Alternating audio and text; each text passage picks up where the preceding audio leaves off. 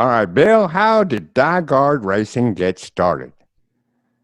It all started from a pinochle game. At we Mike the Prospero, the Die of DiGard, and with his wife and mine, we were playing pinochle, and he had made a lot of money in Connecticut and condo business, and he started spending his money in racing in Connecticut. And I had no idea about any of this and had not been involved in racing at all. And in the middle of this thing, he said to me, I'm going to enter a car in a Daytona 500. How about being my partner? And I said, well, he said, you know about Daytona? I said, yeah, I think so. I mean, I knew little other than the racetrack, Indianapolis, and there was a Daytona. Yeah. So he said to me, partner up with me. And I said, okay, I'll do it on one condition, that you do it first class and I don't get embarrassed. And we were both young guys that had, been fortunate to make some money. And so we went, I told him, go ahead and do it. Well, he had a car being built by Bobby Allison in Hueytown, Alabama. And he told me that. And I was taking off to the islands with the family. And I said to him, you got to get, the rest of the people in line. Well, when I came back, I said to him, I've read the NASCAR book. And I said, I've learned a lot now about the sport that you're trying to get me into. And, we need a crew, we need a crew chief. We need a lot of things. And I said, what have you done about it? He says, and how about a driver? And he said, I haven't gotten anybody. I said, you got to be kidding.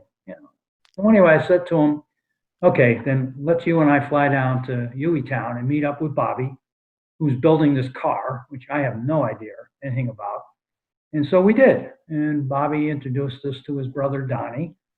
And, we looked him up and felt that would be a good driver for us at the time. So we hired him, and then him and his brother helped put a team together, Mm-hmm. the pit crew. And so that's how that all started. Well, I had no idea that the car that he was having built was a Chevelle. And Bobby understood that he wanted this car to race in short tracks in Connecticut, in New England. So anyway, we show up to the Daytona 500, and make a long story short, we qualify the qualifying car, 44th or whatever it is at that time.